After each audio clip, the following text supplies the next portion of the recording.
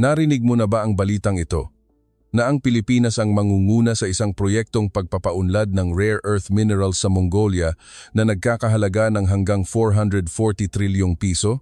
Ipinapakita nito na matapos madaig ang China na nagmonopolyo sa mga yaman ng Mongolia sa loob ng 30 taon, lumagda ang Pilipinas sa isang malawakang kasunduan sa pagpapaunlad ng yaman sa Mongolia. Para sa Mongolia, ito ay isang makasaysayang sandali sa pagtahak nito sa landas tungo sa pagiging isang bansang mayaman sa likas na yaman. Paano nangyari ang lahat ng ito? Bakit pinili ng Mongolia ang Pilipinas sa halip na ang China, na matagal nang nagmonopolyo sa kanilang mga yaman sa mababang halaga? Ang sentro ng buong kwentong ito ay si Altan, isang senior engineer na nagtrabaho sa Ministry ng Mineral at Enerhiya ng Mongolia sa loob ng 30 taon. Sabi niya, "Hindi kami ang pumili sa Pilipinas. Nais lang naming maniwala sa Pilipinas.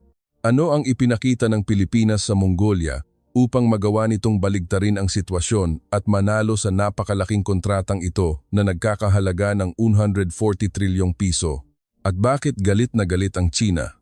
Ngayon, ikukuwento ko sa inyo ang kamangha-manghang pagbabagong ito. Una sa lahat, hayaan ninyong magpakilala ako. Ang pangalan ko ay Altan. Ipinanganak sa Ulaanbaatar, Mongolia at nagtrabaho bilang isang engineer sa Ministry ng Mineral at Enerhiya ng bansa sa loob ng mahigit 60 taon. Ang dahilan kung bakit ako nagsasalita ngayon ay dahil mayroon akong kuwentong kailangang ibahagi sa inyong lahat. Kailangan kong simulan sa kwento ng aking tinubuang bayan. Ang Mongolia ay isang bansang puno ng kabalintunaan. Sa ilalim ng aming lupa, mayroong napakalaking kayamanan na nakatago, ngunit ang aming mga mamamayan ay nabubuhay sa kahirapan. Ang mga rare earth minerals tulad ng lithium, dysprosium at ytterbium ay kalat-kalat sa aming malawak na lupain. Gayunpaman, ang problema ay wala kaming teknolohiya upang kunin ang mga yamang ito. Wala kaming mga kagamitan sa pagmimina, karanasan sa teknolohiya ng refining o mga smelter. Kaya, kinailangan naming umasa sa mga dayuhang kumpanya. At doon pumasok ang mga kumpanya mula sa Tsina. Sa simula, maayos ang lahat. Nangako sila ng pamumuhunan sa mga kagamitan, pag-aangkat at syempre, mga oportunidad sa trabaho. Gayunpaman, sa paglipas ng panahon, nagsimula akong makaramdam na may mali. Binibili ng mga kumpanyang Tsino ang aming mga mineral sa napakababang presyo, halos kalahati lamang ng presyo sa pandaigdigang pamilihan. Ang mas malaking problema ay hindi sila nagbahagi ng anumang teknolohiya. Bakit hindi ninyo kami binibigyan ng teknolohiya? Tanong ko sa isang Tsinong tagapamahala. Ang sagot na natanggap ko ay, ang teknolohiya ay pag-aari ng aming kumpanya. Hindi namin ito maaaring ibunyag. Sa sandaling iyon, naunawaan ko na hindi kami kailanman itinuring ng Tsina bilang mga kasosyo. Ang mga kumpanya mula sa kanluran ay hindi rin naiiba. Sa huli, pare-pareho lang sila. Kinuha lang nila ang aming mga yaman ngunit hindi kailanman naglipat ng teknolohiya. Sa loob ng 30 taon sa trabahong ito, unti-unti akong naging manhid. Sa tuwing makakakita ako ng mga kinatawan ng dayuhang kumpanya, iisipin ko, narito na naman sila para samantalahin ang ating mga yaman. Matagal nang nawala ang tiwala. Noon, tag-araw ng 2023, tinawag ako ng aming ministro.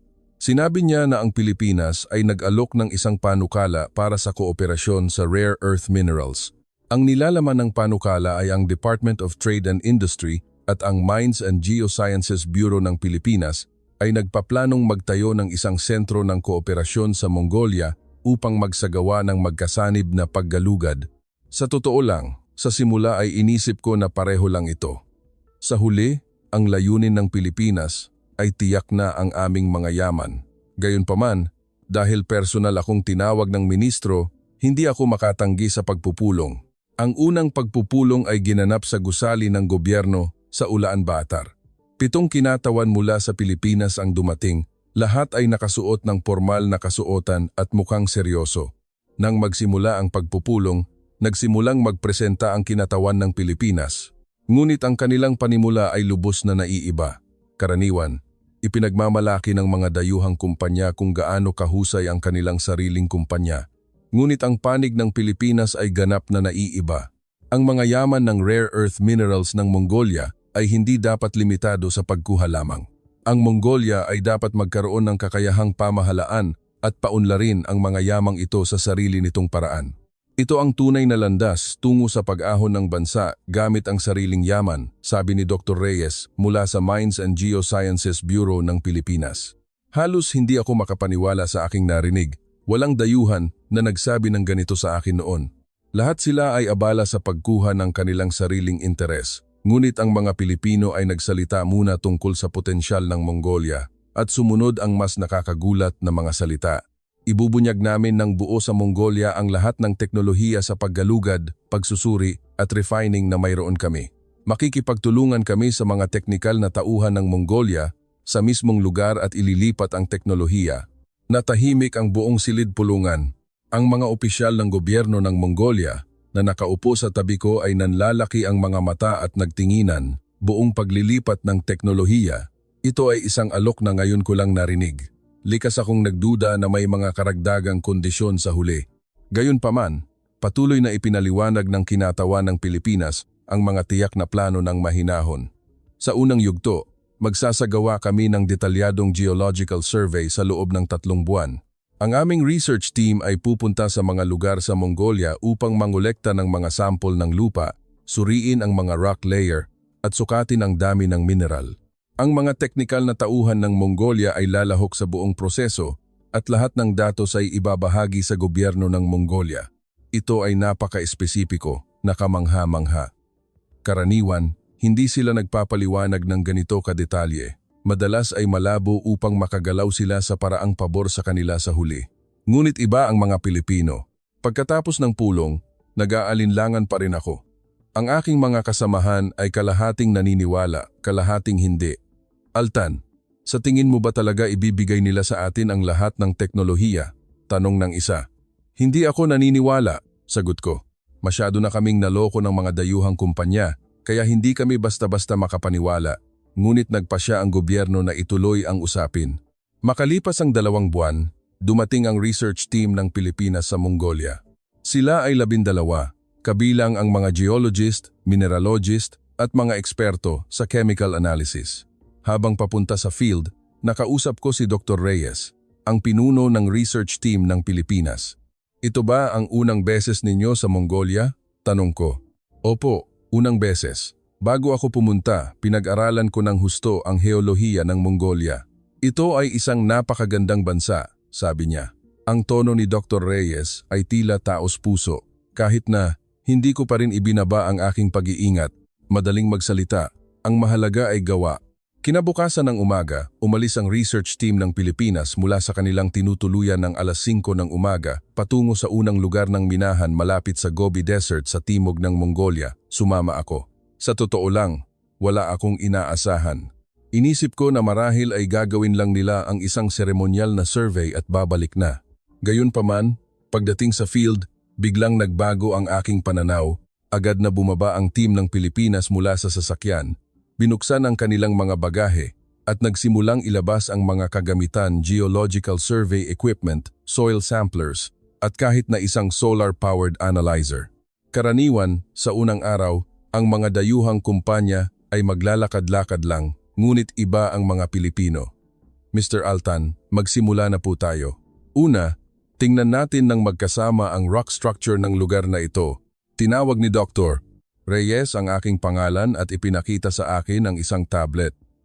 Sa screen, mayroong isang 3D model ng lugar na mas tumpak kaysa sa anumang data na nakita ko sa loob ng 30 taon.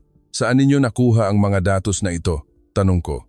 Pinagsama namin ang satellite data at ang mga umiiral na data upang likhain ito. Inabot kami ng 3 linggo upang maghanda bago kami dumating. 3 linggo ng paghahanda para sa isang kontratang hindi pa napipirmahan? Talagang nagulat ako.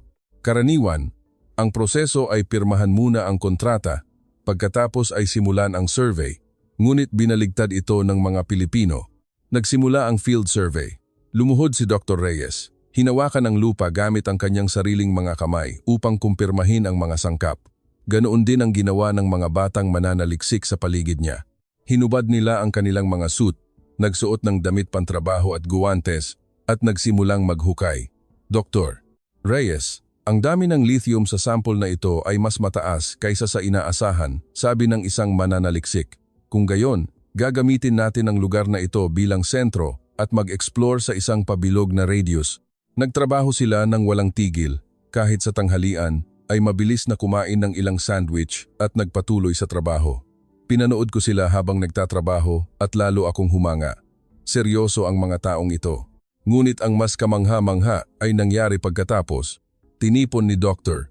Reyes ang mga lokal na teknikal na tauhan ng Mongolia. Lahat po kayo, ngayon, sundan ninyo ang aking ginagawa. Ituturo ko muna sa inyo kung paano gamitin ang kagamitang ito.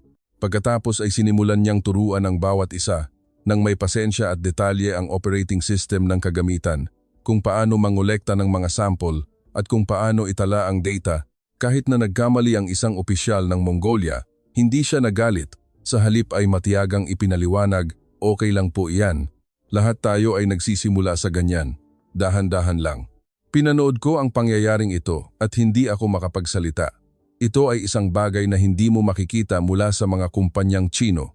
Ang mga Tsino ay karaniwang ginagawa lamang ang kanilang sariling trabaho at inaatasan ang mga tauhan ng Mongolia sa mga gawain tulad ng pagbubuhat ng mga gamit. Dr. Reyes, talaga bang ililipat ninyo sa amin ang lahat ng teknolohiyang ito? Maingat kong tanong. Sumagot siya. Siyempre, iyon ang dahilan kung bakit kami narito. Ang aming layunin ay para sa Mongolia na mapaunlad ang kanilang mga yaman sa sarili nilang lakas. Ang kanyang mga mata ay tapat. Hindi ito mga salitang walang laman. Tila naniniwala siya rito mula sa puso. Lumipas ang isang linggo. Isang gabi, habang pauwi, sumabay ako sa sasakyan ni Dr. Reyes at nakita kong nagbubukas siya ng isang app para sa pag-aaral ng wikang Mongolian. Nag-aaral po kayo ng Mongolian? Tanong ko. Opo, kaunti. Gusto ko kasing mas makipag-usap ng maayos sa mga lokal na tao. Para sa isang proyekto na tatagal lamang ng 3 buwan, nag-aaral pa siya ng Mongolian. Lalo akong nalito. Hindi siya katulad ng sinumang dayuhan na nakilala ko. Sa ikalawang araw ng ikalawang linggo, nasira ang isa sa mga kagamitan. Isang mahalagang bahagi ng precision analyzer ang nasira. Karaniwan, sa ganitong sitwasyon, kailangang mag-order ng piyesa mula sa pinagmulang bansa at ang trabaho ay hihinto ng ilang araw. Gayunpaman, isang mananaliksik na Pilipino ang gumugol ng buong gabi sa pagkalas at pagkumpuni nito. Kinaumagahan, gumagana na ulit ang kagamitan na parang walang nangyari. Paano ninyo naayos? Tanong ko. Pansamantala kong minodify ang isang piyesa. Bagamat hindi perpekto, dapat ay gumana ito hanggang sa matapos ang proyekto. Pagkumpuni ng kagamitan sa buong magdamag para sa proyekto ng ibang bansa.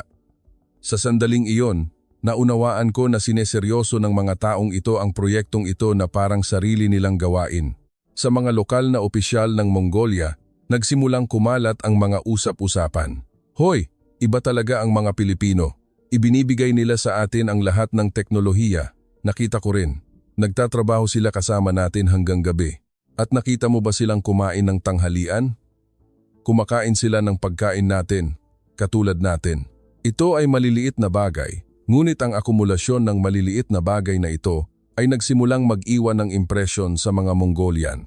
Ang mga empleyado ng mga kumpanyang Tsino ay madalas na pumupunta sa mga mamahaling restauran nang mag-isa, gumagamit ng hiwalay na tirahan at ayaw makisalamuha sa mga opisyal ng Mongolia. Ngunit iba ang mga Pilipino. Makalipas ang isang buwan, opisyal na binuksan ang Philippine Cooperation Center sa gitna ng Ulaan Baatar. Ngunit ang sentrong ito ay naiiba. Hindi lamang ito isang opisina, mayroon din itong mga pasilidad na pang-edukasyon. Magbibigay kami ng edukasyon sa mga nakababatang henerasyon ng Mongolia dito. Nagpaplano kaming magbukas ng 6 na buwang kurso na sasaklaw sa geological exploration, mineral analysis at resource management, anunsyo ng Pilipinong tagapamahala. Napuno ng bulungan ang silid. Maging ang edukasyon ay libre? Ang mga gastos ay sasagutin ng gobyerno ng Pilipinas at ng aming mga research institute. Ang paghubog sa susunod na henerasyon ng Mongolia ang puso ng kooperasyong ito. Naramdaman kong kumukulo ang aking dugo. Ang Mongolia, na sinamantala ng mga dayuhang kumpanya sa loob ng 17 taon, ay sa wakas ay nakahanap ng isang tunay na kasosyo. At sa mga nakababatang henerasyon ng Mongolia, napakataas na ng popularidad ng Pilipinas. Ang mga Filipino teleserye at OPM ay sikat na sikat. Maglakad ka sa mga kalsada ng Ulaanbaatar at madali kang makakarinig ng musikang Pilipino at makakakita ng mga kabataang nag-uusap tungkol sa mga Filipino teleserye sa mga kapihan. Gusto kong maging tulad ng Pilipinas, isang malinis at maunlad na bansa. Kung makakapagtrabaho lang ako sa isang kumpanyang Pilipino, ang saya siguro. Ang cultural na hangaring ito ay natural na naugnay sa kooperasyong pang-ekonomiya. Hindi lamang hinahangad ng Pilipinas ang mga yaman, nakuha rin nito ang puso ng mga mamamayang Mongolian. Isang gabi, nagkaroon ako ng pagkakataong makipag-usap ng pribado kay Dr. Reyes habang nagkakape. Tinanong ko ang tanong na matagal ko nang kinikimkim. Dr. Reyes, maaari po ba akong magtanong ng prangka? Bakit ginagawa ng Pilipinas ang lahat ng ito? Ibinibigay ninyo ang lahat ng teknolohiya at nagbibigay pa kayo ng edukasyon. Hindi ba't sapat na ang bilhin na lang ang mga yaman? Nag-isip sandali si Dr. Reyes at sumagot, Mr. Altan, hindi kami tumitingin sa panandaliang pakinabang. Tinitingnan namin ang susunod na 50, 100 taon. Tanging isang mayaman at malakas na Mongolia ang maaaring maging isang mabuting kasosyo para sa Pilipinas. Ang isang relasyon kung saan isang panig lamang ang nakikinabang ay hindi magtatagal. Dapat itong isang relasyon na sabay na lumalago upang maging sustainable. Ang mga salitang iyon ay tumagos ng malalim sa aking puso. Ang Pilipinas ay tunay na naiiba sa ibang mga bansa. Hindi sila naghahanap ng agarang pakinabang tulad ng China. Sa halip ay tumitingin sila sa mas malayong hinaharap. Sa ikalawang buwan, nagsimulang lumabas ang mga resulta ng survey. Ang mga resulta ay higit pa sa inaasahan ng lahat. Sa ikatlong buwan, naghanda ang team ng Pilipinas na magdaos ng isang press conference tungkol sa mga resulta ng survey. Ito ay isang malaking pagpupulong na dinaluhan ng matataas na pinuno ng gobyerno ng Mongolia. Siyempre, dumalo rin ako. Sa screen sa silid pulungan, ipinakita ang unang slide. Nagsimulang magpresenta si Dr. Reyes. Ipapamahayag namin ang detalyadong resulta ng 3 buwang survey. Una, lithium. Sa screen, lumitaw ang isang numero. Halos mapigil ko ang aking hininga nang makita ko ito. Ang tinatayang reserba ng lithium ay nagkakahalaga ng 25 trilyong piso. Biglang tumahimik ang silid na sinundan ng malakas na bulungan. 25 trilyong piso. Ito ay higit sa 3 beses ng aming inaasahan. Sunod, dysprosium. Tinatayang halaga ay 20 trilyong piso. At iba pang mineral tulad ng ytterbium, pilak at ginto. Huminto sandali si Dr. Reyes at dahan-dahang nagsalita. Ang kabuuang halaga ay umaabot sa 440 trilyong piso. 440 trilyong piso. Ang numerong iyon ay umalingaw sa aking isipan ng paulit-ulit. Ito ay isang numero na maaaring magbago sa kapalaran ng Mongolia, katumbas ng ilang beses ng GDP ng aming bansa. Hindi napigilan ng ministro na tumayo. Sigurado po ba kayo? 440 trilyong piso? Nangolekta po kami ng mga sample mula sa 5,000 na survey points at na-verify ito gamit ang isang 3D geological model. Ang margin of error ay nasa plus or minus 5%. Naghiyawan ang mga tao sa silid pulungan. Nagyakapan at nagkamayan ang mga opisyal ng Mongolia. Mahigpit kong kinamayan ang aking katabi sa tuwa. Ngunit panandalian lamang ang kaligayahan. Sumunod ang pag-aalala sa realidad. Ang unang pumasok sa isip ko ay ang China. Tila ganoon din ang naisip ng ministro. Naging seryoso ang kanyang mukha. Hindi mananahimik ang China tungkol dito. Biglang naging tensyonado ang kapaligiran. Alam ng lahat na sa harap ng ganito kalaking yaman, hindi basta-basta susuko ang China. Sa sandaling iyon, mahinahong sinabi ni Dr. Reyes, ito ay isang desisyon na kailangang gawin ng Mongolia. Kami sa Pilipinas ay irerespeto ang desisyon ng Mongolia. Gusto ko lang bigyang diin ang isang bagay. Itinuturing ng Pilipinas ang Mongolia bilang isang tunay na kasosyo. Ang kanyang boses ay kalmado ngunit puno ng katapatan, walang panghihikayat o pananakot. Ilang araw matapos ang pagpupulong, nangyari ang inaasahan. Nagsimulang kumilos ang China. Una, nakipag-ugnayan ang embahada ng China. Giniit nila ang Ministry ng Ugnayang Panlabas ng Mongolia. Sinasabing ang pakikipagtulungan sa Pilipinas ay hindi makabubuti sa Mongolia. Ang patuloy na pakikipagtulungan sa China ang matalinong pagpili. Ito ay isang malinaw na banta. Ngunit simula pa lamang iyon, ilang miyembro ng parlamento ng Mongolia ang biglang nagsimulang tutulan ang kooperasyon sa Pilipinas. Nalaman sa huli na sila ay tumanggap ng malalaking suhol mula sa Tsina. Ganoon din ang media. Biglang napuno ng mga artikulong bumabatikos sa Pilipinas. Hindi mapagkakatiwalaan ang teknolohiya ng Pilipinas. Ang pakikipagtulungan sa Pilipinas ay maaaring mapanganib sa Mongolia. Lahat ng ito ay gawa ng media na kontrolado ng kapital ng China at may mas malala pang panggigipit. Biglang pinutulan ng kuryente ang gusali ng Philippine Cooperation Center sa dahilang maintenance. Ngunit sa mata ng lahat, ito ay sadyang paninira. Ang aplikasyon para sa visa extension ng research team ng Pilipinas ay biglang nagkaproblema rin. Sa loob ng Ministry ng Mineral at Enerhiya, nagsimula ang pagkakahati-hati. Ilang matataas na opisyal ang biglang nagsimulang suportahan ang patuloy na pakikipagtulungan sa China. Ang China ang ating pinakamalaking trading partner. Ang paggalit sa China ay magdudulot ng malaking pinsala sa ating ekonomiya. Ang mga ganitong salita ay lumitaw sa bawat pagpupulong. Nagsimula akong hindi mapakali. Isang araw, nag-alok ang China ng isang mas direktang panukala. Kung ititigil ang kooperasyon sa Pilipinas, agad na mag-i-invest ang China ng $5 bilyong at aalisin ang mga taripa sa mga produkto ng Mongolia. Ito ay isang napakalaking alok. Sa loob ng ministry, nagsimulang mag-atubili ang ilan. Ako man ay nalilito. Nakaupo ako sa aking silya sa opisina, hawak ang aking ulo sa paghihirap. Sa sandaling iyon, nakita ko ang isang litrato sa aking mesa, isang larawan kasama ang research team ng Pilipinas, 3 buwan na ang nakalipas. Kinuha ito noong araw na tinuruan ni Dr. Reyes ang mga teknikal na tauhan ng Mongolia kung paano gamitin ang mga kagamitan. Bigla kong napagtanto. Hindi pera ang ibinigay sa amin ng Pilipinas, kundi teknolohiya. Sinamantala kami ng China sa loob ng 30 taon. Ngunit sa loob lamang ng 3 buwan, binigyan kami ng Pilipinas ng kapangyarihang tumayo sa sarili naming mga paa. Nagpasya ako, kailangan kong kumilos. Kinabukasan, tinipon ko ang lahat ng teknikal na tauhan ng Mongolia na nakatrabaho ng research team ng Pilipinas sa field mga 20 katao. Nag-usap kami ng tapatan.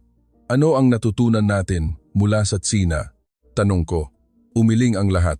Sa Pilipinas? Sa loob ng 3 buwan, ano ang natutunan natin?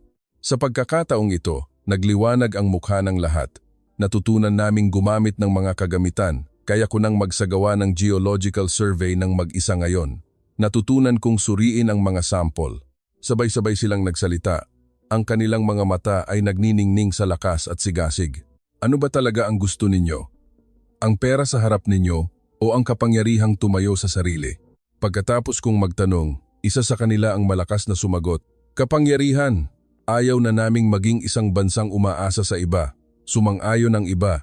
Sa sandaling iyon, nakumbinsi ako na ang aming mga teknikal na tauhan ay nagpasya mula sa kaibuturan ng kanilang mga puso. Mabuti, kung gayon, hikayatin natin ang gobyerno, iparinig natin ang ating mga boses. Sama-sama kaming sumulat ng isang petisyon na naglalarawan ng mga direktang karanasan ng mga teknikal na tauhan ng Mongolia sa field at detalyadong ipinapaliwanag kung paano kami tinulungan ng Pilipinas ng buong puso. Inilathala namin ang petisyon sa media at ang tugon ay napakalaki, lalo na ang mga kabataan na naging aming mga pangunahing taga-suporta. Tama ang sinasabi ni Altan, dapat tayong makipagtulungan sa Pilipinas. Sinamantala tayo ng China sa loob ng 30 taon. Gusto kong maging tulad ng Pilipinas, isang malinis at maayos na bansa. Biglang nag-alab ang social media. Ang mga kabataan ay gumamit ng mga hashtag at nagbahagi ng mga post na sumusuporta sa kooperasyon sa Pilipinas. Nagkaroon din ng mga protesta sa mga kalsada. Libu-libong tao ang nagtipon sa sentral na plaza ng Ulaan Baatar. May hawak na mga placard at sumisigaw. Makipagtulungan sa Pilipinas, huwag ibenta ang ating kinabukasan. Pinipili ng Mongolia ang Pilipinas. Nakakagulat, marami ang may hawak na watawat ng Pilipinas. Ang 3 bituin at 1 araw ay iwinagayway sa plaza ng Mongolia. Natakot ang China. Ito ay isang hindi inaasahang reaksyon.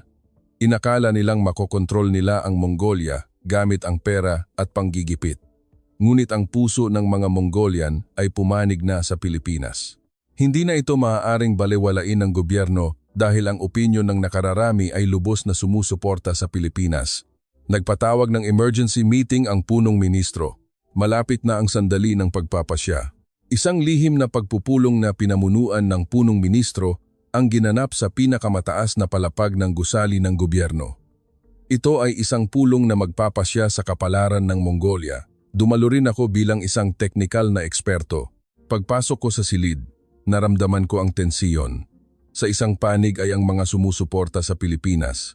Sa kabilang panig ay ang mga sumusuporta sa Tsina.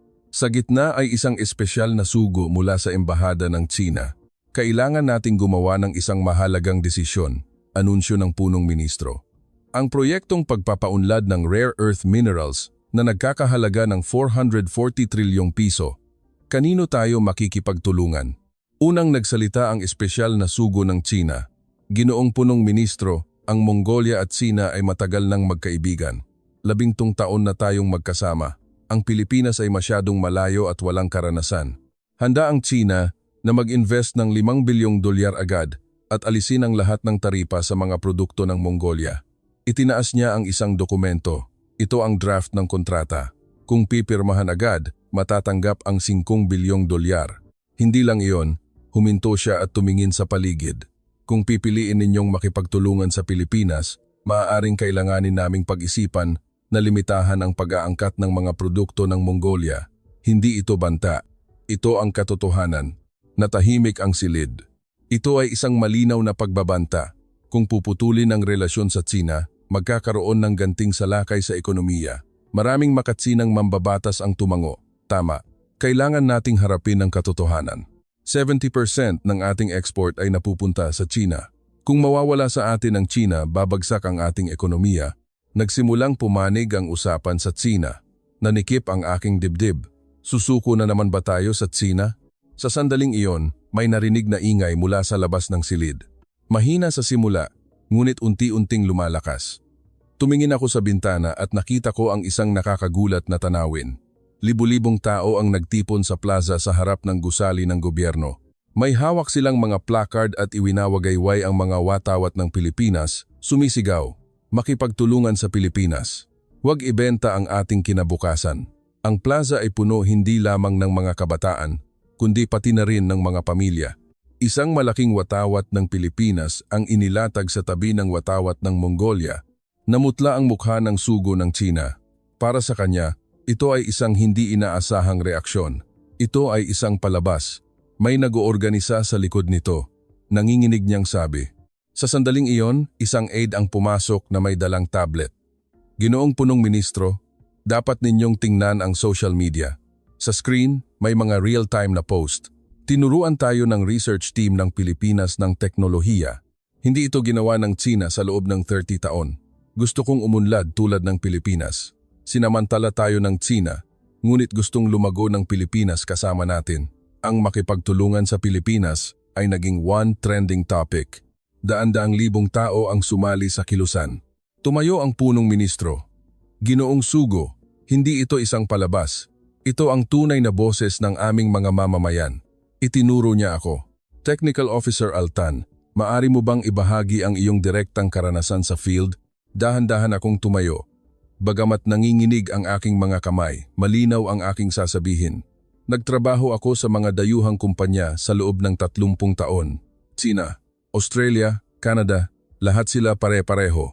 Kinuha lang nila ang aming mga yaman. Ngunit hindi kailanman naglipat ng teknolohiya, umalingaw-ngaw ang aking boses sa silid, ngunit iba ang Pilipinas. Sa loob ng 3 buwan na pakikipagtulungan sa kanila, naramdaman ko sa unang pagkakataon ang isang tunay na partnership.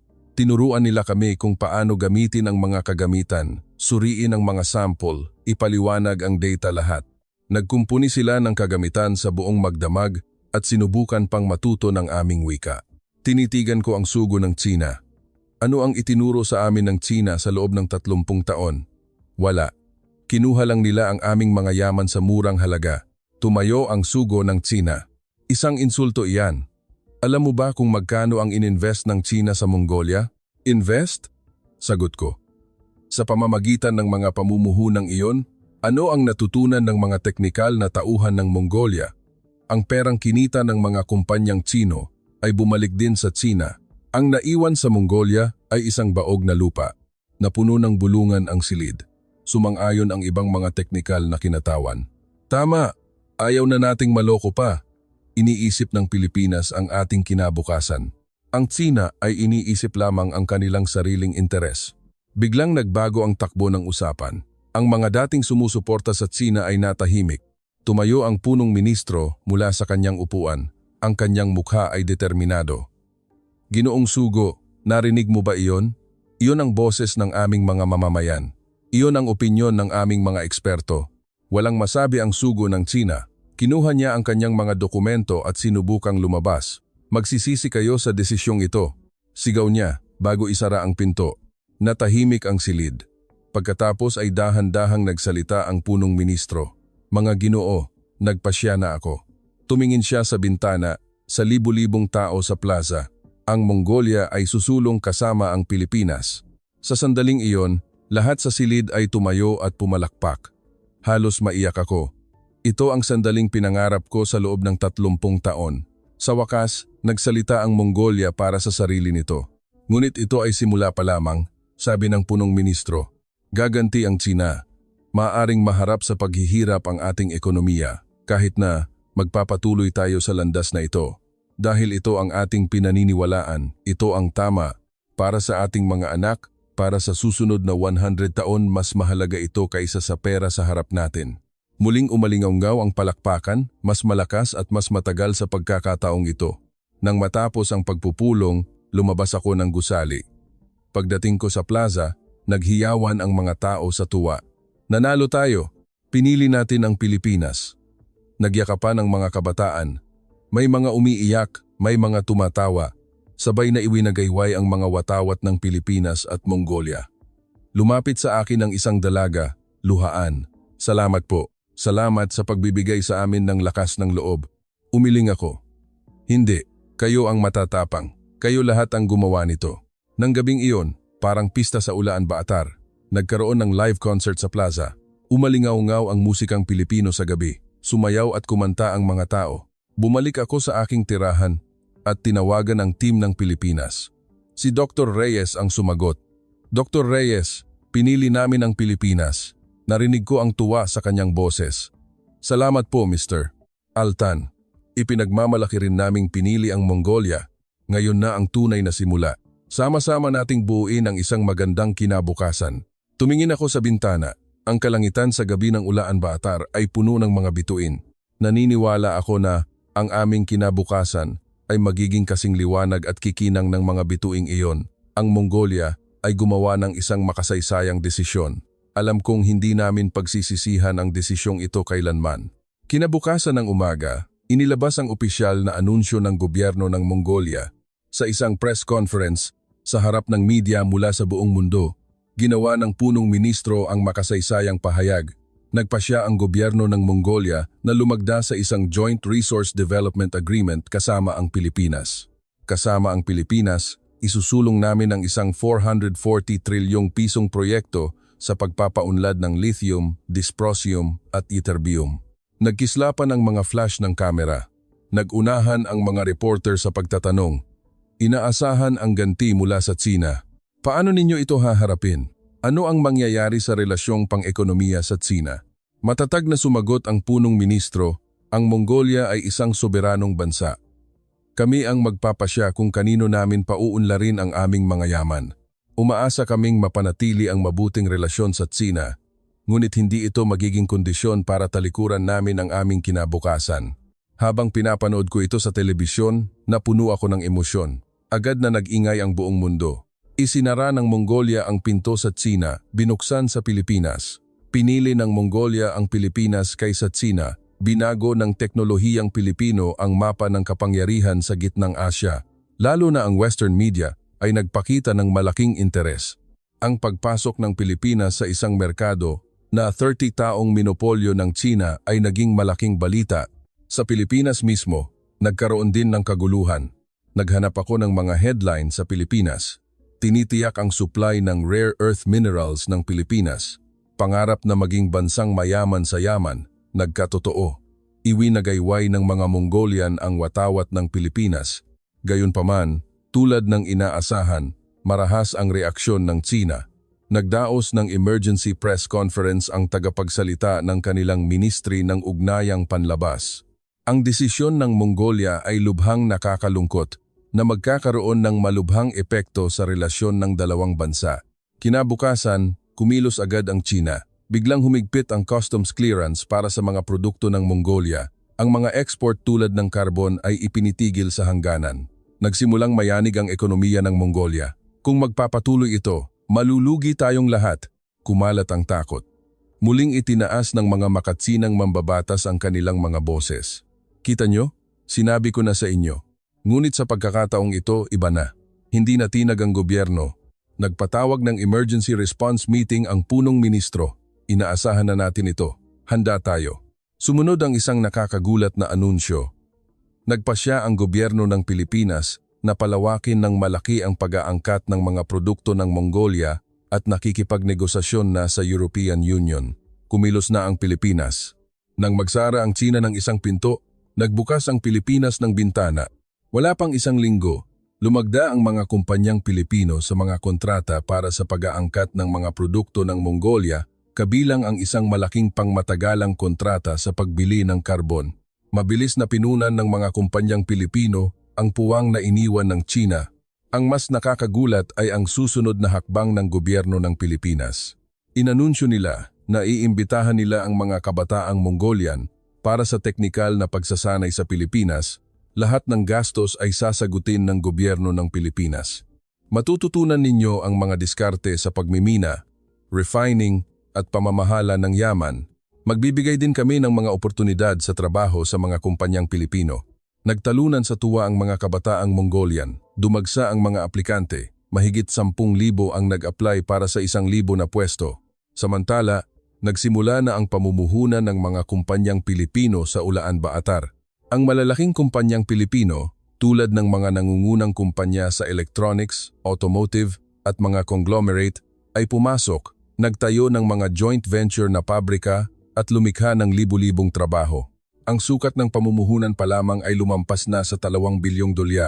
Isang araw, nakipagpulong ako sa isang tagapamahala ng kumpanyang Pilipino. Ang planong ipinakita nila ay nakakagulat. Mr. Altan, hindi lang kami magtatayo ng mga pabrika dito. Magtatayo rin kami ng mga karagdagang sentrong pang-edukasyon sa teknikal upang matutunan ng mga kabataang Mongolian ang pinakabagong teknolohiya. Edukasyon na naman? Talagang binibigyan ng Pilipinas ng malaking importansya ang edukasyon at ang mga produktong gagawin sa mga pabrikang ito ay i-export sa buong mundo sa ilalim ng tatak na Made in Mongolia with Philippine Technology. Ito ay magiging isang pandaigdigang tatak. Naluha ako. Hindi lamang kinuha ng Pilipinas ang aming mga yaman, tinutulungan nilang gawing isang malakas na industrial na bansa ang Mongolia. Lumipas ang 3 buwan. Nagpatuloy ang ganting salakay ng China, ngunit bumuti ang ekonomiya ng Mongolia. Naging sari-sari ang mga ruta ng export patungo sa Pilipinas at Europa. Bumababa ang pag-asa sa China. At ang mas mahalaga, ang kumpiyansa ng mga mamamayang Mongolian. Hindi na natin kailangang mag-alala tungkol sa China. Mayroon tayong Pilipinas bilang isang mapagkakatiwalaang kasosyo. Nagsimula ring magbago ang tanawin ng Ulaan Baatar. Ang pagpasok ng mga kumpanyang Pilipino ay nagpalinis sa lungsod. Nagbukas ang mga convenience store at coffee shop na may estilong Pilipino. Ang mga kabataan ay sabik na matuto ng wikang Filipino at kultura nito. Nag-aaral ako para sa pagsusulit para makapasok sa isang kumpanyang Pilipino. Plano kong mag-aral sa Pilipinas. Ang Pilipinas ay naging isang modelo para sa Mongolia, hindi lamang sa negosyo, kundi pati na rin sa kultura at ekonomiya. Isang araw, binisita ko ang isang minahan kasama si Dr. Reyes. Kararating lang ng mga bagong kagamitan na binuo gamit ang teknolohiyang Pilipino. Mr. Altan, pakituruan ang mga teknikal na tauhan ng Mongolia kung paano ito gamitin. Kailangan nilang matutunang gamitin ito ng mag-isa sa loob ng 3 buwan. Patuloy na idiniin ni Dr. Reyes ang paglilipat ng teknolohiya at ang mga kagamitang ito ay ibibigay ng Pilipinas nang walang bayad. Bago makatayo sa sarili nitong mga paa ang Mongolia, susuportahan namin kayo ng walang hinihinging kapalit. Halos hindi ako makapaniwala. Dr. Reyes, magkano ang halaga ng mga kagamitang ito? Ibibigay ninyo sa amin ng libre? Opo. Tinitingnan namin ang isang pangmatagalang partnership. Tanging ang tagumpay ng Mongolia ang makabubuti para sa Pilipinas. Ang panandaliang pakinabang ay hindi mahalaga. Nang marinig ko ang mga salitang iyon, nakumbinsi ako na ang pagpili sa Pilipinas ay ang pinakatamang desisyon. Makalipas ang 6 na buwan, nagsimula ang opisyal na pag-unlad. Sa seremonya ng paglulunsad ng Philippines-Mongolia Joint Mining Development, dumalo ang mga pinuno ng parehong bansa. Magkatabing tumayo ang punong ministro ng Mongolia at ang Pangulo ng Pilipinas at sabay na nagpala ng lupa. Libu-libong tao ang naging saksi at umalingaw-ngaw ang hiyawan. Ang Mongolia at Pilipinas ay tunay na magkakasosyo. Ngayon, sabay tayong lalago, sabay na uunlad, sabi ng Pangulo ng Pilipinas sa kanyang talumpati.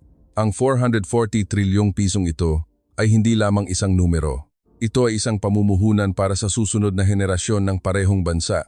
Dumagundong ang palakpakan. Pumalakpak din ako, lumuluha. Ang sandaling pinangarap ko sa loob ng 30 taon ay sa wakas ay naging katotohanan. Nang gabing iyon, mag-isa akong nakaupo sa aking opisina, nakatingin sa labas ng bintana sa mga ilaw ng Ulaan Batar. Sa aking mesa, may mga larawan kasama ang team ng Pilipinas. Bigla kong napagtanto. Hindi lang pamumuhunan o teknolohiya ang ibinigay ng Pilipinas. Binigyan nila kami ng pag-asa. Pag-asa na maaari rin kaming yumaman, na maaari rin kaming maging isang maunlad na bansa. Tumunog ang telepono. Si Dr. Reyes. Director Altan, congratulations. Tunay na makasaysayan ang araw na ito. Dr. Reyes, maraming salamat. Kung wala ang Pilipinas, malamang ay sinasamantala pa rin kami ng Tsina. Ang Mongolia ang nagpasya. Director, nabigyan lang kami ng pagkakataong sumulong ng magkasama. Maghawak kamay tayo para sa susunod na 50, 100 taon. Pagkababa ng telepono, muli akong tumingin sa labas. Ang kalangitan sa gabi ay puno ng mga bituin. Nagsimula na ang bagong panahon ng Mongolia at kasama namin ang Pilipinas. Makalipas ang 2 taon, ang Ulaan Batar ay isang ganap na naiibang lungsod. Ang pinakamalaking pagbabago ay ang Philippine-Mongolia Technical Center, isang 20 palapag na gusali sa gitna ng lungsod.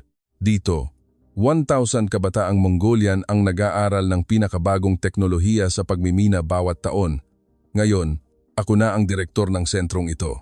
Isang umaga, nakasalubong ko ang mga estudyante. Director, totoo po bang si Dr. De La Cruz mula sa Pilipinas ang magtuturo ngayon? Tanong ng isa. Oh, isang senior researcher mula sa isang nangungunang semiconductor company. Ituturo niya ang pinakabagong teknolohiya sa lithium-ion battery. Nagliwanag ang kanilang mga mata sa tuwa. 2 taon na ang nakalipas, iniiwasan ng mga kabataang Mongolian ang pagmimina. Ngayon, ito na ang pinakamodernong industriya na nais nilang pasukin. Ito ang pinakamalaking pagbabagong idinulot ng kooperasyon sa Pilipinas. Sa kantina, magkakasamang kumakain ang mga mananaliksik na Pilipino at Mongolian. Natural na tanawin na ito. Nandoon din si Dr. Reyes. Sa loob ng 2 taon, hindi na mabilang ang kanyang pagbiyahe sa pagitan ng Ulaan Batar at Maynila. Mahusay na siyang magsalita ng Mongolian ngayon. Director Altan, nakita mo ba ang anunsyo ng gobyerno ngayon? Tanong niya. Nagpasya ang gobyerno ng Pilipinas na palawakin pa ang kooperasyon. Sa pagkakataong ito, sa renewable energy, nanlaki ang aking mga mata. Ang potensyal ng Mongolia sa wind at solar power ay napakalaki. Naghahanda ang Pilipinas para sa isang malaking pamumuhunan. Ang kooperasyon na nagsimula sa 440 trilyong pisong mineral ay lumawak na sa lahat ng larangan. Hindi lamang kinuha ng Pilipinas ang aming mga yaman, ginagawa nilang sentro ng bagong enerhiya sa Asya ang Mongolia. Sa Minahan, ang dating disyerto ay isa ng modernong industrial complex. Ang mga nag-ooperate ng mga kagamitang gawa sa Pilipinas ay mga teknikal na tauhan ng Mongolia. Ang paglilipat ng teknolohiya ay naging isang kumpletong katotohanan. Direktor, ang produksyon ng lithium ngayong buwan ay lumampas ng 20% sa target, sabi ng isang batang supervisor, isang graduate ng aming sentro. Ginamit namin ang bagong extraction technique na natutunan namin mula sa Pilipinas. Puno ng pagmamalaki ang kanyang mukha. Hindi na lamang kami umaasa, kami ay nag-innovate na rin. Nang gabing iyon, nakaupo ako sa isang kapihan sa Ulaan Batar. Ang mga kabataang dumaraan ay puno ng kumpiyansa at pag-asa. Sa katabing mesa, Isang dalaga ang may video conference sa wikang Filipino, tila nakikipagtrabaho sa isang kumpanyang Pilipino. Naging pamantayan na ito. Tumunog ang aking telepono. Isang imbitasyon mula sa DTI ng Pilipinas, Director Altan, sa susunod na buwan, magkakaroon ng Cooperation Forum sa Maynila. Nais ka naming imbitahan bilang keynote speaker. Isang buwan makalipas, sa Maynila, nakatayo ako sa podium sa isang malaking conference hall. Magandang araw po sa inyong lahat mga kababayang Pilipino. Ako po si Altan mula sa Mongolia. Pumalakpak ang mga tao. 2 taon na ang nakalipas. Ang Mongolia ay nasa isang sangang daan. Pinili namin ang Pilipinas. At ngayon, masasabi kong ito ang pinakatamang desisyon sa kasaysayan ng Mongolia. Dumagundong ang palakpakan. Hindi lamang pera ang ibinigay ninyo sa amin. Ibinigay ninyo ang teknolohiya, kaalaman, at higit sa lahat, pag-asa. Pag-asa na maaari rin kaming yumaman, na maaari rin kaming maging isang maunlad na bansa. Nanginginig ang aking boses. Sa nakalipas na 2 taon, 1,500 kabataang Mongolian ang natuto ng teknolohiya sa Pilipinas. 30 kumpanyang Pilipino ang lumikha ng 50,000 trabaho sa Mongolia. At ang pinakamahalaga, na ibalik ang kumpiyansa ng mga mamamayang Mongolian. Mula sa kaibuturan ng aking puso, nais kong pasalamatan ang bawat Pilipino. Ang inyong bansa ay hindi lamang isang malaking ekonomiya. Kayo ay isang bansang nagdadala ng pag-asa sa ibang mga bansa. Isang bansang marunong kung paano lumago ng magkasama nang hindi nananamantala. Tumayo ang buong hall at pumalakpak. Marami ang naluha. Ako man ay napuno ng emosyon. Bago umalis sa Pilipinas, naglakad-lakad ako sa mga kalsada ng Maynila. Ito ang larawan na pinapangarap ng Mongolia. Nasa eroplano pabalik, nagsimula akong sumulat ng isang liham. Isang liham sa mga mamamayang Pilipino. Sa lahat ng mamamayang Pilipino, ako si Altan, na nagtrabaho sa larangan ng mineral resources sa Mongolia sa loob ng mahigit 30 taon. Sumusulat ako ngayon dahil mayroon akong kailangang sabihin sa inyo. Hindi kami ang pumili sa Pilipinas. Nais lang naming maniwala sa Pilipinas at hindi ninyo sinayang ang tiwalang iyon. Para sa amin, ang inyong bansa ay hindi lamang isang business partner. Kayo ang aming mga guro, aming mga kaibigan, aming pag-asa.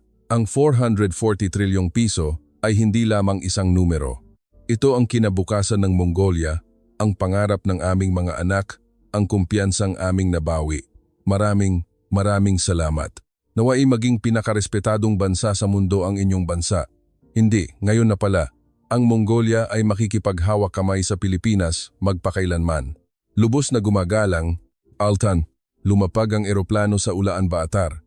Sa labas ng bintana ay ang lungsod na aking minamahal. Mas maliwanag kaysa 2 taon na ang nakalipas, isang lungsod na puno na ngayon ng pag-asa. Napangiti ako.